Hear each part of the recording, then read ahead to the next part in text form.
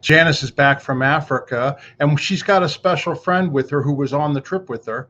And we're going to show you more photographs and some really interesting videos of animals on safari in the bush.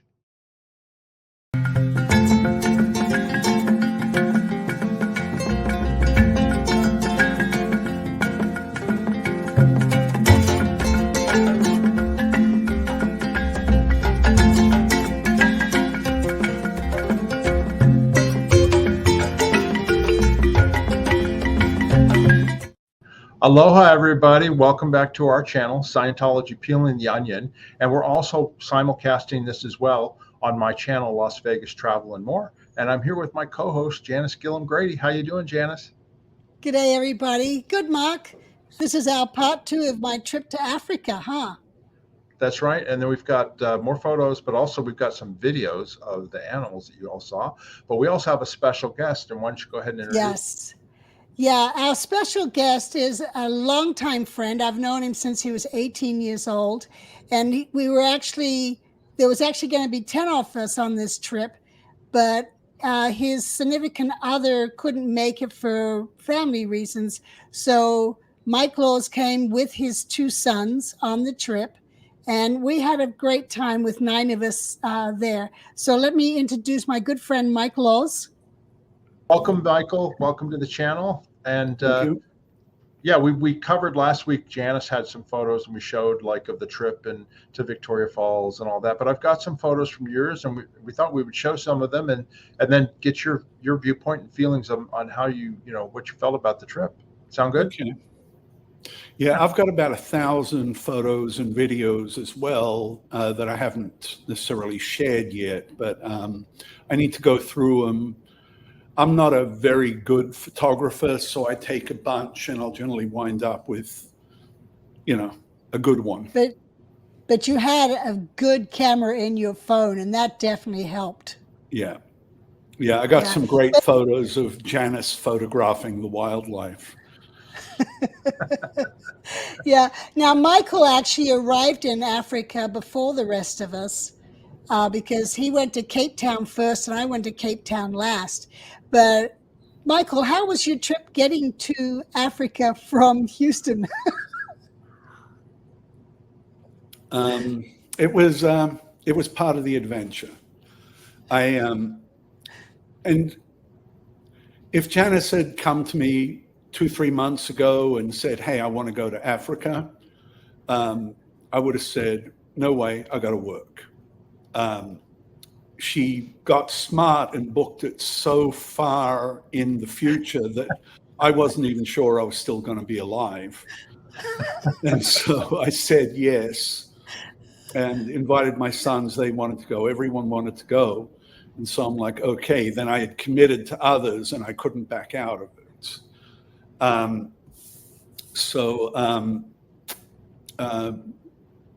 It's just been I'll share the story a little bit later, but it's been a difficult number of years, just a lot of stuff going on that's not necessarily easy. But I thought I was going to be really smart. I got my frequent flyer miles, booked a business class seat on United, lay flat. I said, okay, I'm going to stay up all night, get on my morning flight, get a noon flight to Africa, sleep all the time, wake up in Cape Town in the morning, and jet lag will be gone. I was really smart. But the global computer meltdown with Microsoft happened. So I was delayed in Houston 14 hours. I had 11 boarding passes for 2 flights, with flights kept changing. We were out on the runway at one point, and the evacuation slide started to come out in the cabin, and for some reason that kind of upset the crew. So we went back to the runway. Then the crew had exceeded their hours, and so finally made it to. I left home at about, I guess, 3:30 in the morning, And I finally made it to Newark at midnight. And then I had a 20-hour wait in Newark, and then I got my flight to Cape Town. So self-subjected myself to torturous sleep deprivation, but then that was okay. And then my bag didn't show up. Didn't get my bag. Lost my luggage, which kind of doesn't really come as a surprise with 11 passes. So what did you do? Well, if he was a woman, he would have been excited to have to go shopping for new clothes. Exactly. But I dislike shopping and I dislike spending money. So it was not. So I waited and I waited and I waited. And, you know, you go out and pick up some stuff. I did find, though, you cannot buy size 13 and 14 shoes almost anywhere in Cape Town. I went to about 8 different stores and department stores. They don't have it. So I had my pair of flip-flops. No, it didn't have a pair of flip-flops. I had a pair of sneakers that I flew down on, which I wore for 2 weeks until I was in the bush in Victoria Falls, little country town, and there was a cobbler, and he looks at my feet and he goes, "Wow, they're big." And he makes me custom flip-flops. Oh, wow. Which had conveyor belt material on the bottom. He was a high-class one. These were expensive. They were $15. The rubber tire ones, where they cut it out of a tire, are only $5. But, big spender. I have photos of the little shop that he made it in. It was very cool. I love the guy. He's only about 5 foot tall, but he could make some shoes, and people would bring in anything for him to fix, and he'd fix it. Because there's not money there for people to buy new things and buy, you know, it's an extraordinarily different society to what we're used to. The people are quite. The trip to me was, and I don't really know how to put words into it, but it's almost a spiritual experience when you're so deeply in nature, so close to wild animals that if they had the inclination could kill you in a heartbeat. People that have so little but have such a great attitude towards everything. The struggles, the joy they have, the way they laugh, the way they smile, the way they care. And I liked it more when we got out of the touristy areas, because that's, you know what I mean? It's more genuine. In the touristy area. Did you speak English okay? Could you communicate with English, or was there any problem? English? Found a couple of German tourists, talked to them in German, but that was it. But the locals, the locals all had their tribal languages, but they all spoke English. Oh, wow. Yeah, so they spoke them to each other in their tribal language, but with us, they spoke English. Even our guides, you know, on the radio, they'd be radioing each other in their native language and then talking to us in English.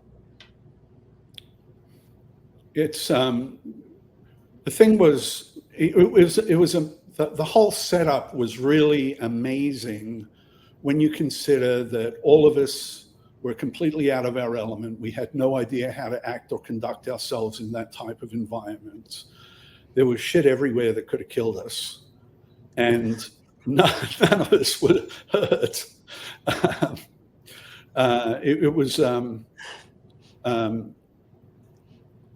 It was cool.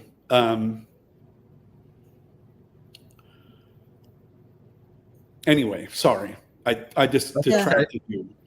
The point I was going to make, it was almost a spiritual experience. It changed it's something in it touches your soul. When you're in that wilderness, when you're with those animals, when you're with the people, when you're experiencing things like that, it touches you in a way that rarely happens. I don't know if you felt the same, Janis. Yeah, and these people were totally happy with having nothing, except for they had each other and friendships, and remember when we went to that little village? We went to the village and we went to the stores, and there's shops there with nothing on the shelves but maybe a bag of rice, but they were still open and ready to make that sale. And then one lady was inviting me to come back for dinner and shows me a pot of chicken feet and calf hoofs. That was dinner. Yeah. I did learn you don't drink the water.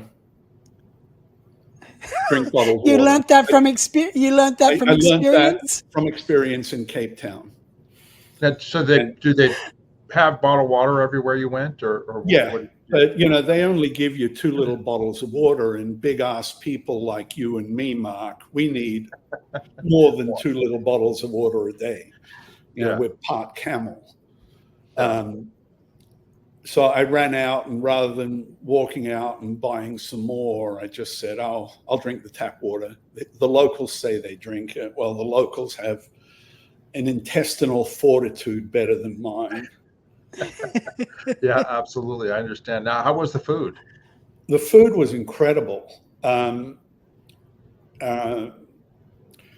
I part of the trip I traveled on my own. Part of the trip I traveled with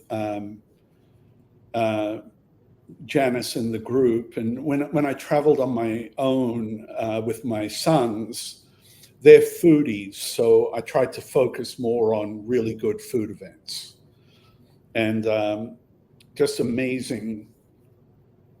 Ate warthog, alligator, 4 different types of antelope. Warthog was actually very good. It's a pork, but it's kind of right in the middle. It's not really fatty and it's not really lean. That was really good. It's my new favorite pork is warthog. Warthog. I asked Janis if she tried anything exotic, and what'd you say, Janis? Ostrich or ostrich? Oh yeah, Mike had ostrich. Yeah, we did that on our sunset dinner cruise, our first night at Victoria Falls. Is that this one here, Janis? Yeah, that's it there. So tell everybody what this photo is of. Well, we went on a river cruise on the river that goes to Victoria Falls, and we had dinner there, and we had drinks, and we got to sightsee, and we saw hippos and elephants and an alligator. And what else we see, Michael? Buffalo.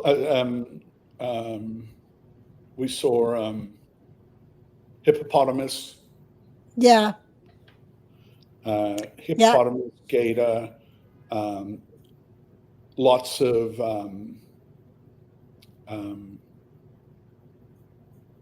I think that's about it. That's cool. Yeah, and we saw the sunset. Oh, and this is not gator, crocodile. Sunrise. Crocodile. It was crocodile? Okay. Yeah. And that's at Victoria Falls, right?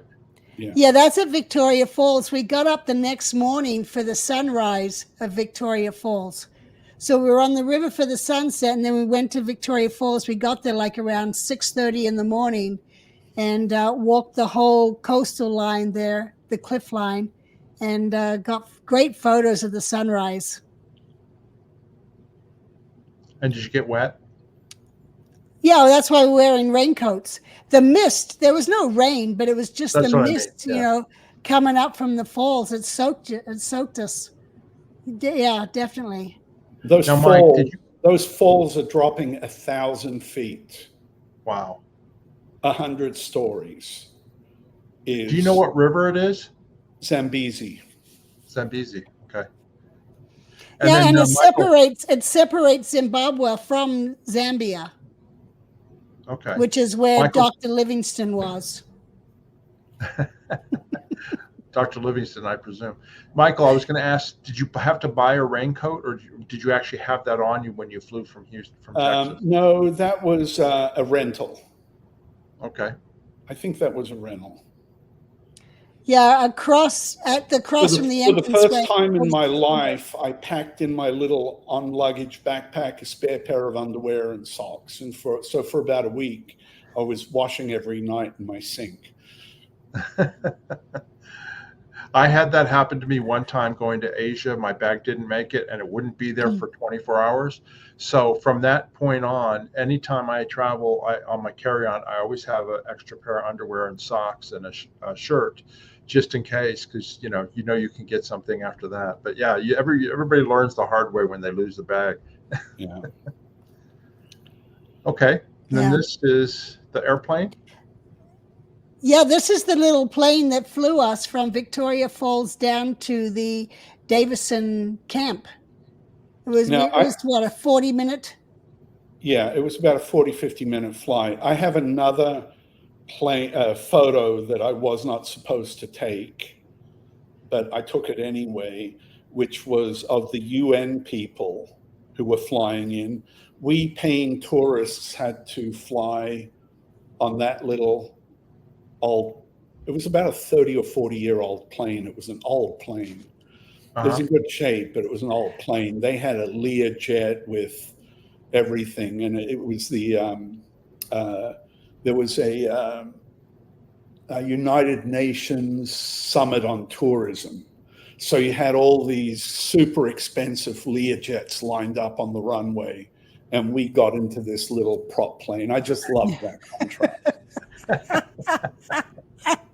I'll send it to you to do something with it. Yeah, if we joined the UN, we would have gone more of a 5-star rather than in this little rinky-dink plane. Now, when you landed at the camp, was it like a dirt runway, or what was it like? Yeah, it's dirt. Bumpy? Not bad. Bumpy? Not bad. Okay. I've got this picture here. This is the trucks, right? Yeah, these are Toyota trucks that they built the seats into. And if you sit at the very back, it's very, very bumpy. Kind of like the back of the plane, too. Yeah.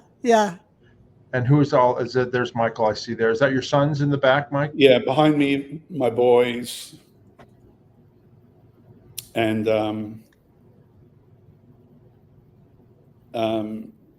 it's Pixie in front. Michelle. Now, were you guys the only group at the camp at the time, or were there other people there as well? Other campers? When we arrived. Yeah, we were the only group there until the last day. Then another couple arrived.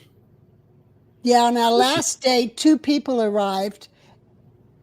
So they were with us 24 hours. They had dinner and breakfast with us. And then we were gone. And when we were leaving, some more people arrived on the plane that we were going out on. And is this the camp area here? Yes, those are our glamping tents. What does glamping mean? Glamorous camping. Oh. I thought it had something to do with mountain climbing or something, No, glamorous camping. Okay. Did you see any photos of the insides of the tents? Yeah, we've got them over here. Okay. I've got them in the other slideshow. Hold on. Yeah, I showed them on the other slideshow, but I'll show them right here. Yeah. That's my patio. That's where Cheryl and I, that was our room, our tent. And there's the sink. And then there's the toilet, which just had some branches kind of stopping it from being seen from the rest of the room. You'll see that on the shower. Yeah, that's the same kind of wall that the toilet had. Yeah, it was kind of like a reed wall. Yeah. And here's the horn.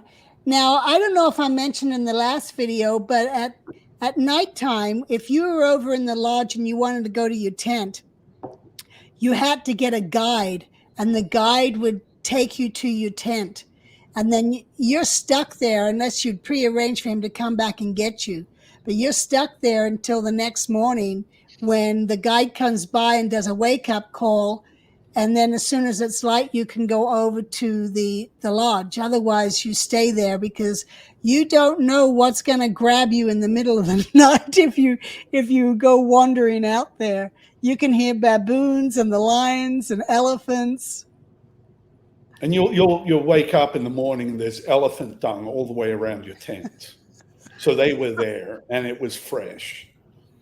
Well, speaking of which, here's a photograph of the elephant herd with baby elephants, and we've got a little. Hold on, Janis missed the point. Back up to that thing with the red air horn. Okay, hold on. There are no phones in the tents. There are no radios. So if you have an emergency, you press that air horn. If an animal gets into your tent, you press the air horn. If you desperately feel sick, you press the air horn. That is the communication system.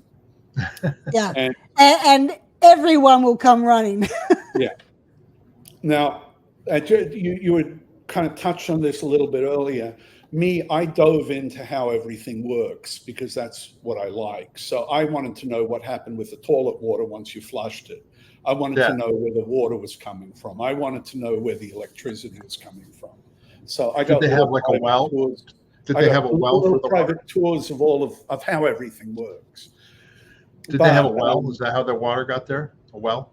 Yeah, it's a well. They have a little treatment plant. The sewage system is basically they dig a great big hole, throw a bunch of rocks in it, let the water go on top, and the microbes and stuff digests it, and it slowly percolates into the ground. Basically a septic system, a primitive septic system. But I just, that's what I like. I also like working people more than I really like rich people. We weren't rich. We were all working people, but you know what I mean. Yeah. Well, let me get out the... Mark, the watering holes where the animals go, they actually have pumps at each of those watering holes to pump them up. Otherwise, they would have been empty. And they have them set up on solar power. And so an engineer will come out and check on them, or the guides will report if the pump's not working. But that's what keeps those animals alive is they've set up a whole well and pump system for the watering holes. Okay, well, we're going to show that right now. I've got a short little video. We've got the elephants here, but let me just show a little video here, and then we'll talk about it on the other side. It's just 22 seconds long. Well, that's a nice watering hole.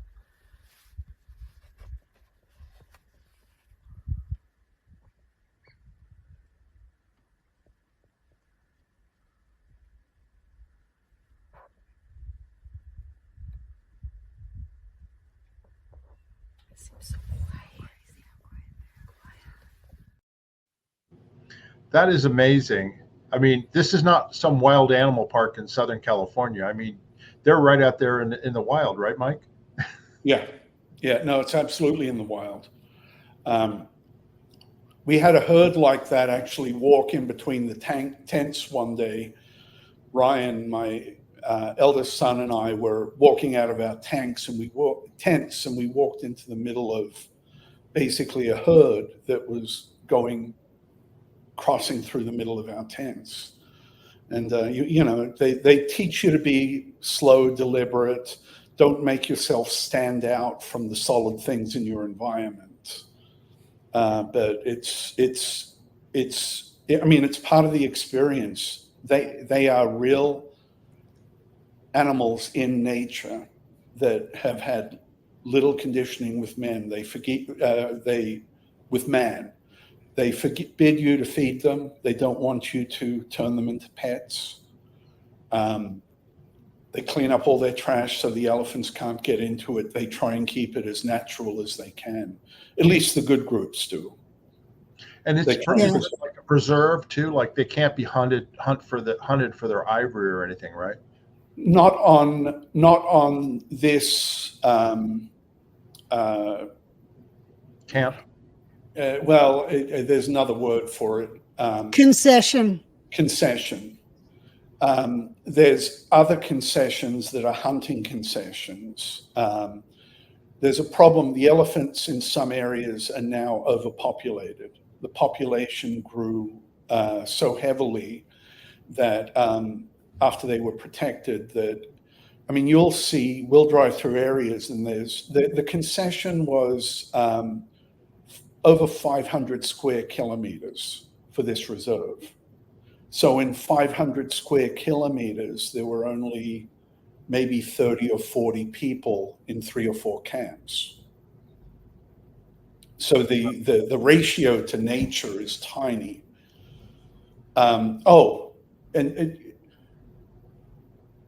There were 10 of us. It should have been 10 of us. We paid for 10 people. But to look after us and keep us safe, there were 40 staff. 40. Wow. So they know how to make sure everyone's okay and looked after and fed well and treated well.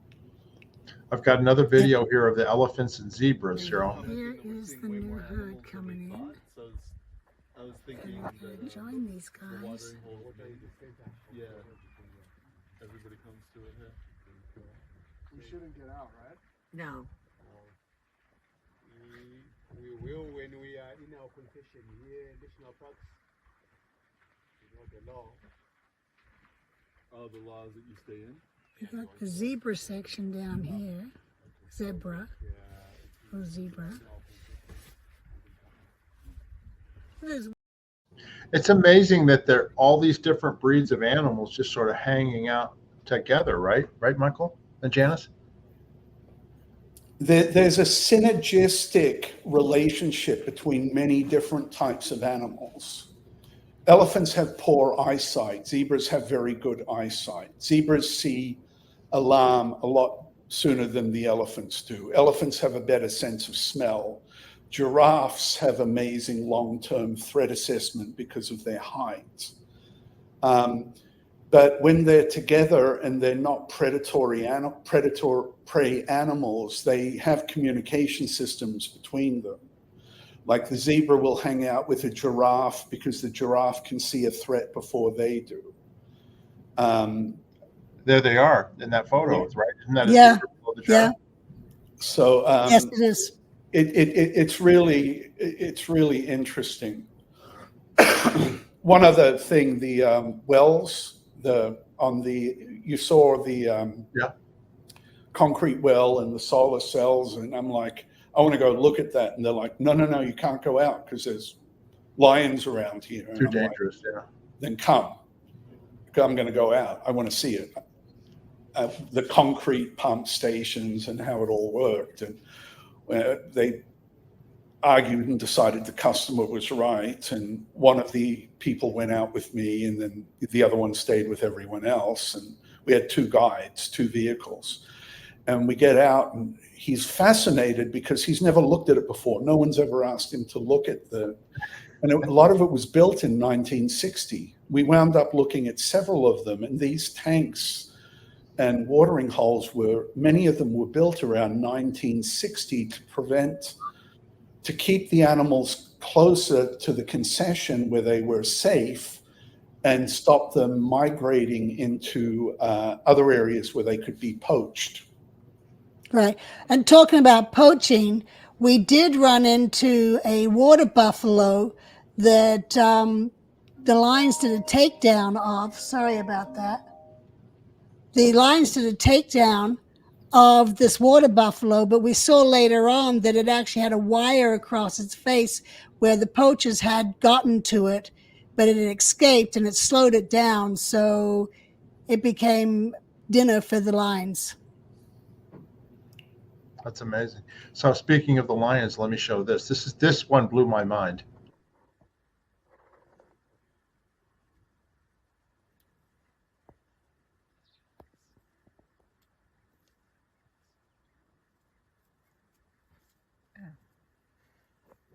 I'm surprised none of them try to go after that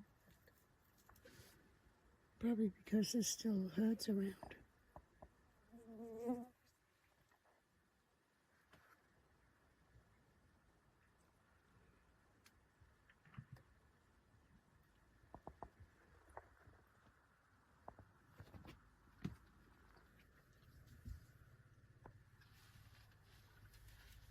So how far does an elephant have to be away from other elephants? That is amazing to me. Those lions are they're right there, right? Are you guys in the truck or what are you in? I mean, they're literally right there next to you, aren't they? Yeah, they're 10, 20 feet away. Well, some of them got close where the lion just got up and was like 2 feet away from the truck. But you don't want to put your hand out to take that photo because that could become a distraction. Apparently, So you stay within the truck. apparently they view a truck as something like an elephant. They'll look at it and they're curious about it, but it's not prey and it's not a threat to them. So if you stick your arm out, that might be a Scooby snack. Or if you walk away from it alone, you all of a sudden become prey. So Right. but it was completely fascinating to me that the leopards, the lions, as long as we stayed within the frame and the shadow of the roof, we were okay. But And were you nervous at all, Janice and Michael? Were you nervous being that close to like these wild animals like that could kill you or eat you? You do get a little, but then you just kind of, okay, this is normal and they're ignoring me. And I can, as long as we whisper and don't make any loud noises or get out, then, we were okay. But, that group of 15 juvenile lions, there's actually a video, I think, where the guide is telling us about them. And they're the ones who took down that water buffalo. And then later on, they were over by our camp. And our last night there, when I went to the tent, a little bit later, we'd heard this roar. And then in the middle of the night, we wake up hearing a roar and hearing a baboon. And then the next morning, we find they spent the night 3 tents down from my tent. But I was safe in my tent. Was there a male? Those all look like females. Was there a male lion as well? They were all young males. No, they were all young male juveniles. Wow. And then the truck, the guy just drives slowly the truck away when you guys want to leave. Yeah. And then the other amazing thing of that video is they're laid out right, but then there's the elephants and there's the zebras and there's the baboons. I mean, they're all just hanging out by the pool. You know what I mean? Yeah, they are. But the lions are waiting for that moment that they can get someone. They know the lions are spectacularly fast in a sprint. The guides were amazing. Their education, their understanding of the animals, their understanding of the relationship of the ecosystem. The guides are spectacularly well trained. Learn so much, learn college degrees from them in a week.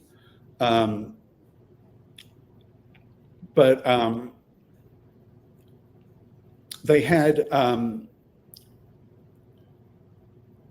sorry, I lost my point. That's okay. About how they guys were really well trained and right. They were, how they work, what they're looking for. I know what it was. The lions, they're highly intelligent. They're looking at the zebra. The lion's on I guess I wanted to compliment the guides because I didn't want anyone to think I was naturally this educated on stuff. I'm not. I'm only smart because I had amazing guides. I'm only knowledgeable about this because of amazing guides. But lions can sprint, very fast sprint, but they don't have a lot of endurance. Zebras have a tremendous amount of endurance. A large zebra, unless it's injured or sick, its back leg kick can kill a lion. So they leave the big zebras alone. So they're looking for the baby zebras or the young zebras or the old or the sick. but they're calculating, if I run, am I going to be able to catch them or not? So they'll watch until they find something that's likely prey, and then try and secretly position them, follow them, position themselves where they can do that sprint and maybe get them. Do they? We did that with the cheetahs. We tracked them. We followed the cheetahs as they were trying to maneuver and get into place in order to be able to get to the zebras fast enough. But the zebras outsmarted them. Yeah, but that was what my question is: do they attack together, or does it just usually one lion going after the prey, or did he really say? It's not really as a full pride. It's one or two at a time to injure, and then they come in for the kill. More of them come in for a kill. Yeah. And then I take it, since they're all lying around there, they're already full, so there's no reason for them to go after another animal that's around there. If it's no, those ones were starving. They were hungry. They hadn't eaten yet. And it was that night that they took down the water buffalo, and then the next morning their tummies were full and they were off hanging out again. And meanwhile, the hyenas and the vultures and the jackals were now having their breakfast. Now, speaking of, is this a cheetah or is this a what is this? Cheetah. That's a cheetah. That's amazing. And you took that photograph, Michael. It's really amazing. Now, those animals are fast, right? They're much faster than anything else, right? Here they are there too. They're amazingly beautiful animals. They're faster than a lion. They have better endurance than a lion, but the lion will prey on them if the lion feels they're encroaching on their space, and the baboons will also kill them. They're very fragile. They're only about 60, 70 pounds. They're very sleek, very agile. They're made for speed and agility.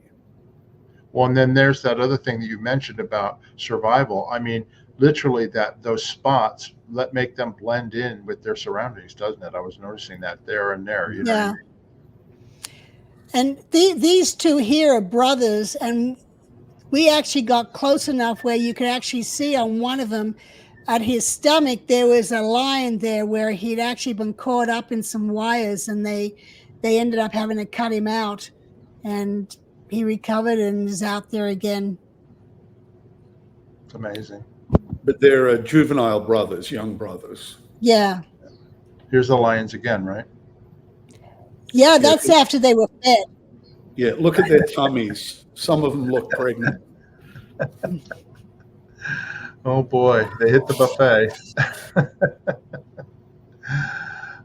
Now this is your deck, right, on the lounge, or where is this? Yeah, I was playing chess with my son. And then look behind. There's a herd of elephants back in the background. That's a great photo. And this is like the veranda or whatever of the main lodge where you guys ate. Of the lodge, yeah. Yeah. And that on the left there, that's the fire pit that they cook our breakfast in every day. Yeah, I've got, I think, a picture of that right there. Yeah. Is that what that is? Yeah. Yep. And the food was good, huh? They just cook away? Yeah, it was very good. Yeah, the food, generally the food was excellent. And Michael, they have solar power? Is that how they get their electricity? No, diesel. Diesel. Okay.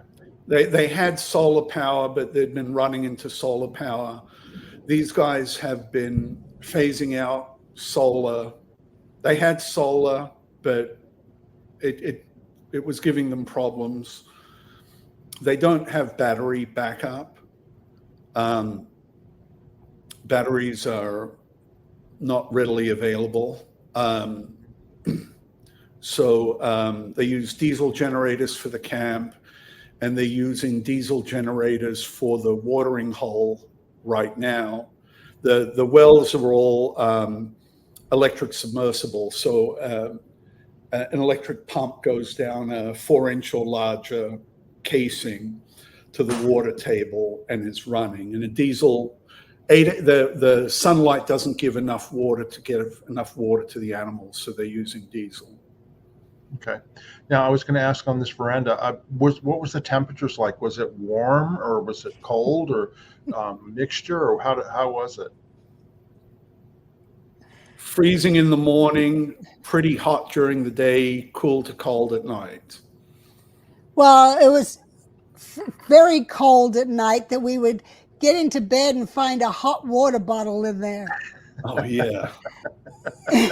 and then in the morning you'd be really cold and you'd wear, you heat yourself up, or you put your clothes in your bed so that when you get dressed, your clothes are already warm. But then you come out here and it's cold, but when we get in the truck, they had blankets with hot water bottles so that we could keep warm as we go out. And then as the day goes on, you're taking layers off. Wow. I've got another video to show here, and then I'm going to show a photograph afterwards that you took, Michael. There's the little baby.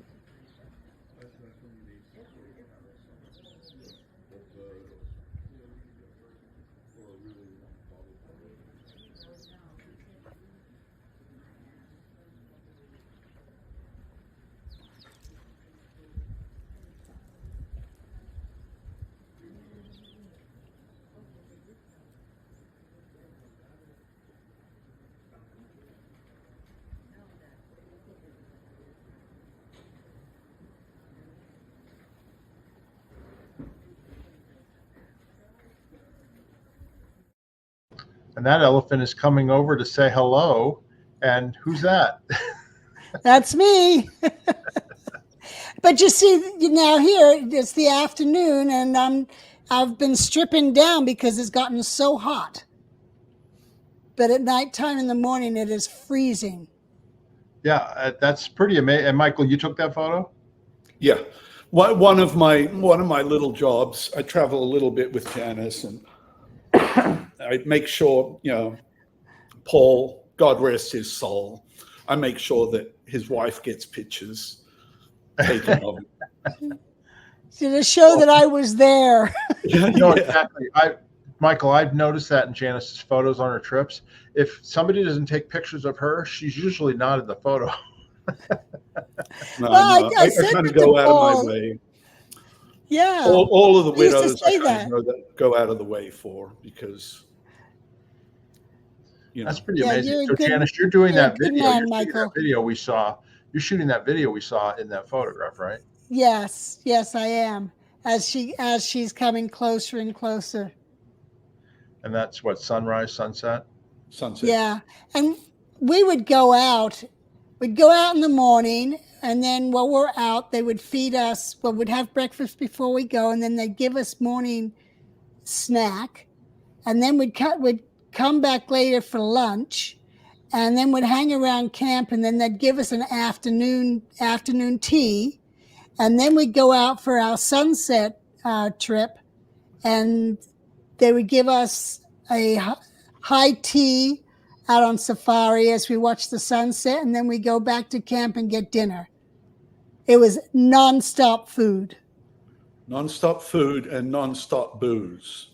All You you had could liquor eat too? and drink came with the price. And what kind of, they had booze there, like, whiskey, hot toddies and whiskey and that type Everything you can. They had pretty comprehensive bars, beers, wines, hard liquors, and pretty decent stuff. They didn't have margaritas, but they did have a pina colada. In Africa? That's pretty amazing. Okay, now I want to show this photo, Janis. I want to show this photo next. Michael, you posted this on Facebook the other day. You mentioned that you lost your bag, right? On the flight from Houston. Yeah, that was the bag that I flew to Africa with, and I had about 8 sightings. I got a call from Nashville, Tennessee, and I had never flown through Nashville, Tennessee. A manager called me up and said, "Hey, we have a global search out for your flag. When you fly business class, if you pay for it, if you pay the 10, 12 grand for it, or if you get it on miles, you get treated exactly the same way." So losing a business class passenger bag is a bit of a big deal for them. So they sent out a global search. So a manager in Nashville, Tennessee calls me and says, hey, I saw your bag yesterday, but today it's gone and I don't know where it went. But I just wanted to let you know. So as far as I know, it made it to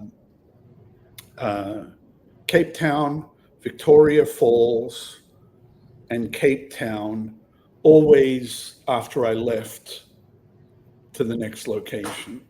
And then one day it just showed up. I didn't know it was delivered. I woke up in the morning and it was sitting there. A little worse for the wear. You can see it's kind of worn off, the laminate's peeling off. I was going to say, it was on its own little vacation, right? I mean, you know, it was having a heyday. If only it could talk. I need to put an air tag next time in my luggage so I can track where it goes. I'd like to, it would have been nice to have seen where it went. Yeah, just having a good old time, you know, and eventually made it home, you know, to your front porch in Texas. That's pretty amazing. Yeah, without my knowledge. And the name tag had my business address on it. That's what made it even cooler. And what was everything inside that, you know, nothing had been missing? Nobody had gone through it or anything? I haven't opened it up yet. I called him. We were going to go to some schools. And so there was a guy that really went out of his way to try and help me. And I said, you know, can you please find out if it's acceptable that you go into my bag? I have about 10 kilograms, 20 pounds of candy there that I was going to give to kids, but I never got it.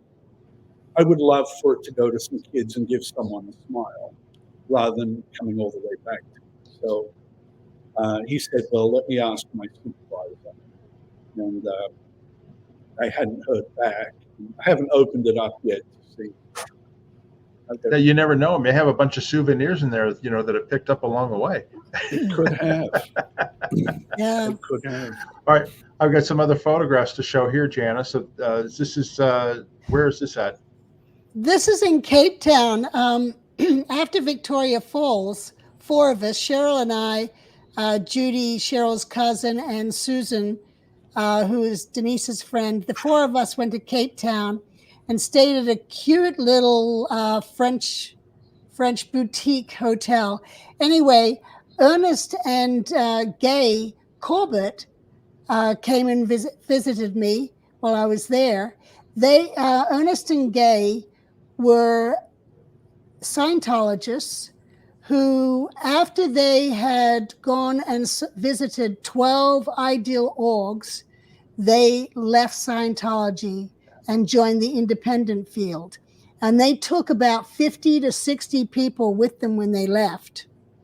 And their daughter actually runs the independent organization. It's one of the Ron's orgs. They have them in Switzerland and South Africa and Israel and Moscow. And anyway, so Ernest and Gay came and visited with me. We had a great time. And then I went up to Johannesburg where they had another home, and I met their daughter who runs. Well, that's one of the photos of one of the buildings. They have a big compound where the Corbetts and their kids all have houses, and then they have Ron's org in its own section. And this is their mission statement. With truth and knowledge, we nurture individuals and create changed conditions for others and ourselves. And great bunch of people, I'll tell you. They're still Scientologists, but they're not part of the official church. And here we had dinner with Mark Scheffler, then myself, and then John Toomey, Toomey, and then Shelley. Shelley was not part of the independent field, but she had worked at the org, and she was born into Scientology. Her mother used to be Hubbard's secretary way back in the 50s in London. And then there's Michael.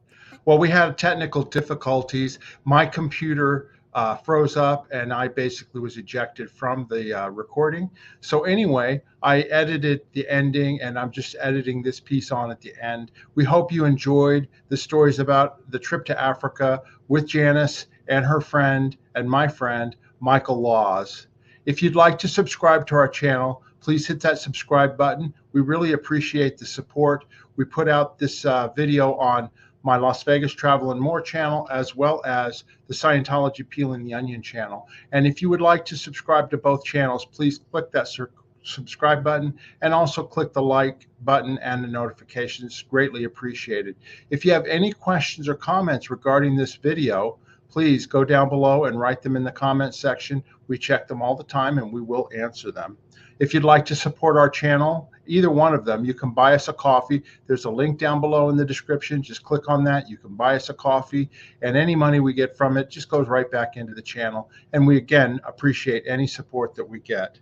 Finally, if you'd like to become a member of our channels, just go to the YouTube page for whichever channel, Las Vegas Travel and More or Scientology Peeling the Onion. Right next to the subscribe button on your PC or laptop, it'll have a button that says join.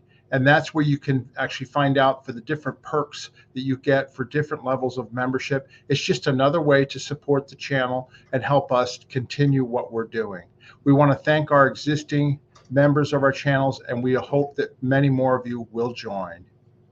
That's all I've got for this video today. I hope you enjoy it. We're going to be doing another one with Michael Laws regarding Africa and some future plans he has regarding that. Until next time, everybody, bye-bye.